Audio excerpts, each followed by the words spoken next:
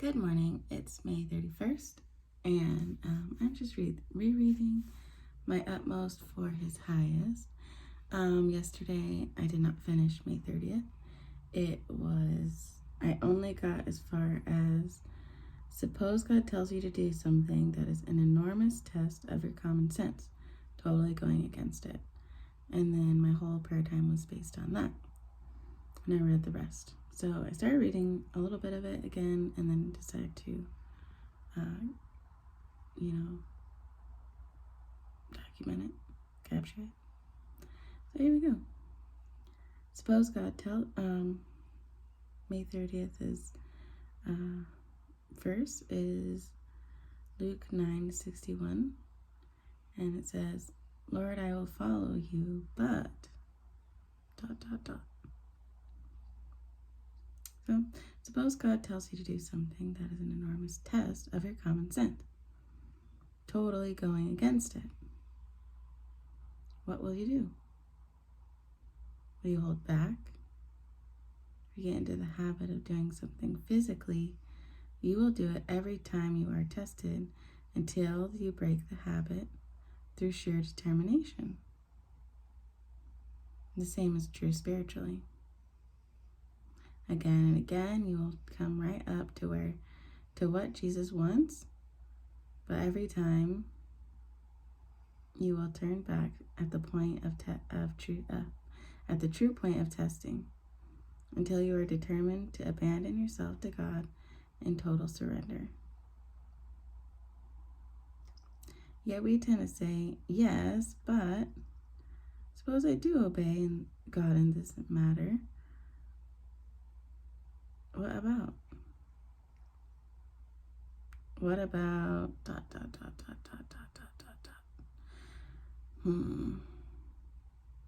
Yes. Suppose I do obey God in this matter. What about ... I literally just had that type of conversation with God about a week ago. It was very enlightening. Another story, a story for another time. Or we say, yes, I will obey God if what He asks of me doesn't go against my common sense.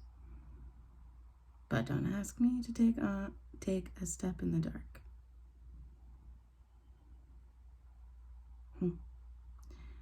Yeah. You better tell me what is going to happen first, where we're going, how we're going to get there, what you're going to plan on doing once we get there, and then when we get there, something goes wrong, how you're planning on preparing for that, fixing that. I mean, honestly, I will go wherever you want me to go, but you really need to let me know how it's going to end up before I'm willing to say yes. But I will say yes, but you better tell me what's going on. You gotta tell me how it's gonna go first. But I'll do it, promise.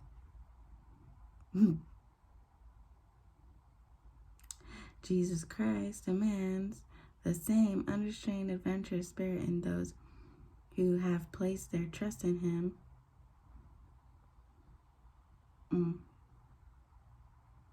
Jesus Christ demands the same unrestrained, adventurous spirit in those who have placed their trust in Him that the natural man exhibits.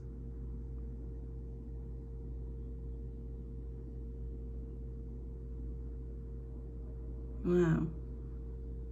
Jesus Christ demands the same unrestrained, adventurous spirit in those who have placed their trust in Him that the natural man exhibits.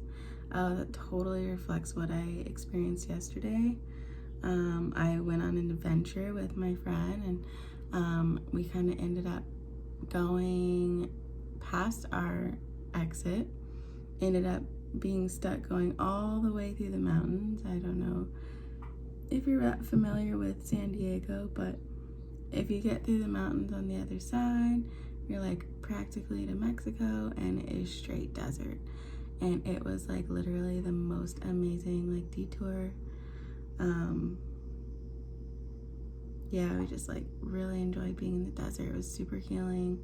Like just the wind, unrestrained wind that you get there is just like not what you get here. And you're like looking at the different rocks and laying in the sand and just really enjoying like being barefoot, you know, in this like unrestrained, adventurous land. And it was just like super healing, and we knew exactly like God was totally leading us there.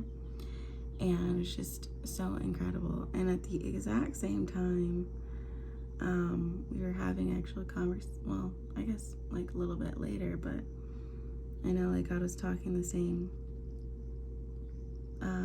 similar to us later, that same day, yesterday. We were talking about this idea that there's like a dissonance between like the Christian man, you know, I'm single, so I think about these things, but I do want to meet a Christian man. But there's this like the natural man like exhibits this like adventurous, like, you know, fire for life, can be. I mean, you know what I mean? Like he could be like, oh, I'm gonna go get this, I'm gonna go do whatever I need to do. It's like, obviously, you know, like not sinning, of course, but like in the natural man, he can understand that. Whereas more the typical Christian man who doesn't understand this unrestrained, adventurous spirit that we still have to maintain in Jesus, it's like domestication, you know, or something. Like go out and like experience the wild, but actually like live like that, you know, live this unrestrained like willingness to go on an adventure with God, you know. And I think for women as well, also, I mean, absolutely, probably true. I happen to have friends that tend to like, you know, reflect this same adventurous spirit and like desire to just be unrestrained with Jesus. Like, where do you want to go? What do you want to do? Like that, like it might be risky, it might not make sense, it might not like add up right, you know. So I tend to like have really amazing friends in that way that also like will understand the value of that. But yeah, I definitely know Christian women that are definitely not even close to like living this like unrestrained life. It's a very like calculated and careful and restrained life, actually. You know, denial is good. Physical denial is probably good in the sense of actually continuing to be fed in the spirit, you know, but fasting without praying is like just starving, and your brain can't handle that. Like, it's not gonna be good. Like, science just shows, and it's just like known, like you can't, your body needs food, you know. So yeah, I don't know where I was going with that, but it made sense in a moment. But yeah, like restrain yourself, but spiritually be really walking with God, allowing him to refill you. And also unrestrain yourself. You know, it's like Jesus said, eat with the people who you're with. You know, unrestrain yourself. You know, he would have a glass of wine with people, and he would also restrain himself and then keep himself full spiritually, and vice versa. You know, when he was unrestrained, you know, literally unrestrained, throwing tables over in a temple, unrestrained, you know, adventurous, like, I'm gonna go here, I'm gonna go walk on the water, like, I'm gonna go over to that boat, but I'm not gonna get there in the typical way, you know. I mean, that's unrestrained, adventurous. Like, we also need to keep that in mind so that we can do the things that God wants us to do. Like, we can't be so like, oh, well, this is, you know, this is the only way something can be. Okay, back to this.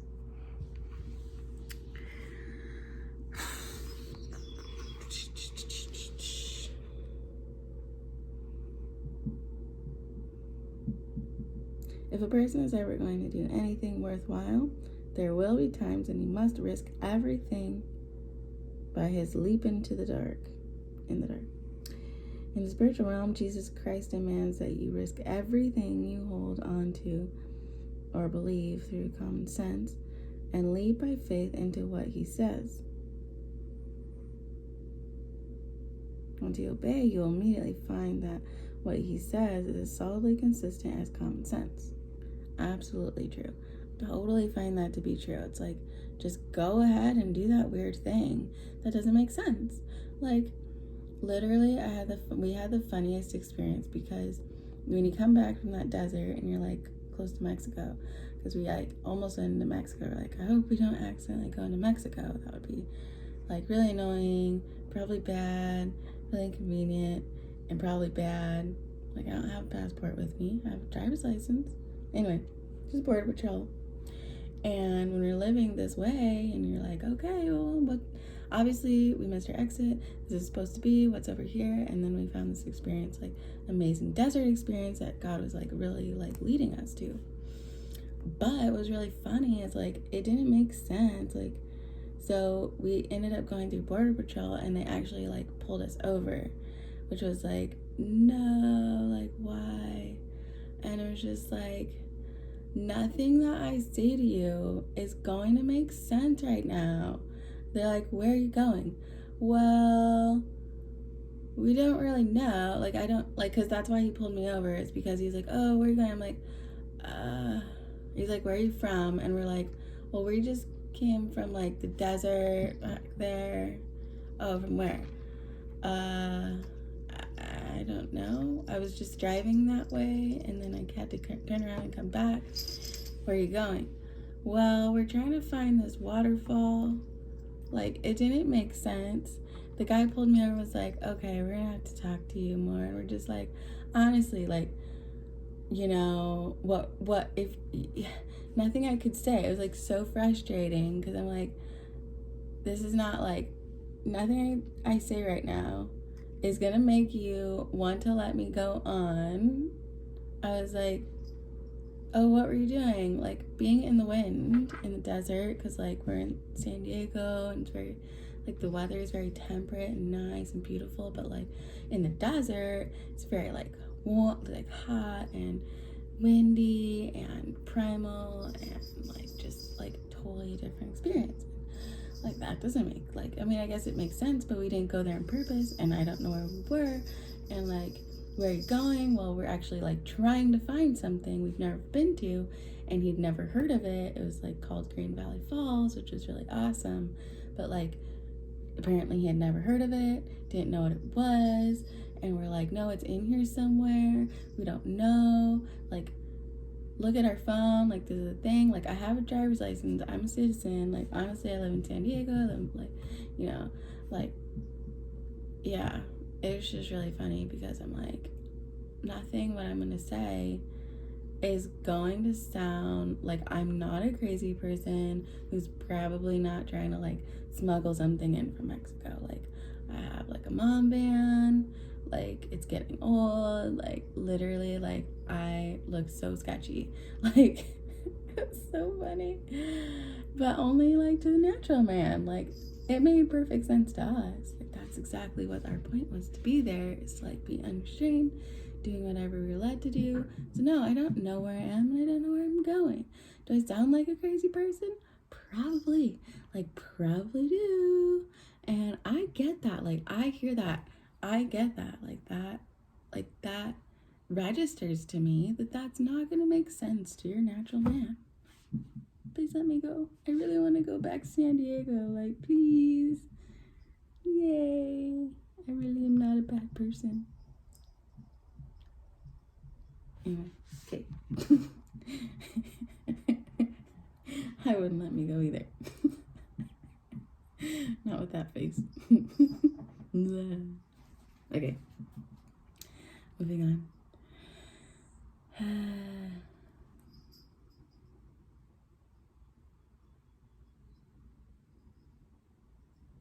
All right. Yeah, solidly consistent with common sense. Obviously. Yeah. By the test of common sense, Jesus Christ's statements may seem mad, but when you test them by the trial of faith, your findings will fill your spirit with the awesome fact that they are the very words of God.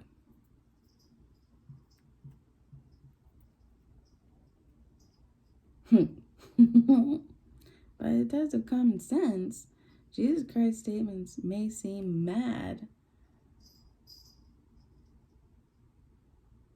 Like literally, like, what were you doing? Laying in the dirt?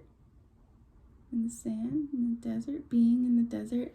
Actually, we were like feeling the desert. Like, that's like a really weird statement. Like, but it was like super healing.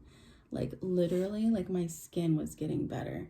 Like, it was like being in a retreat because the air was like literally just cleansing. It was like pulling out the toxin. My skin was getting super soft just from being in the wind.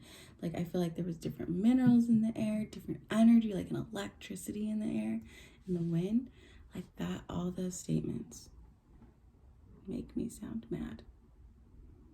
When you test them by the trial of faith, your findings will fill your spirit with the awesome fact that they are the very words of God. Trust completely in God, and when He brings you to a new opportunity of adventure, offering it to you, see that you take it. We act like pagans in a crisis. Only one out of an entire crowd is daring enough to invest his faith in the character of God. Accurate though. Anyway, that's May 30th. Have a great day. Bye.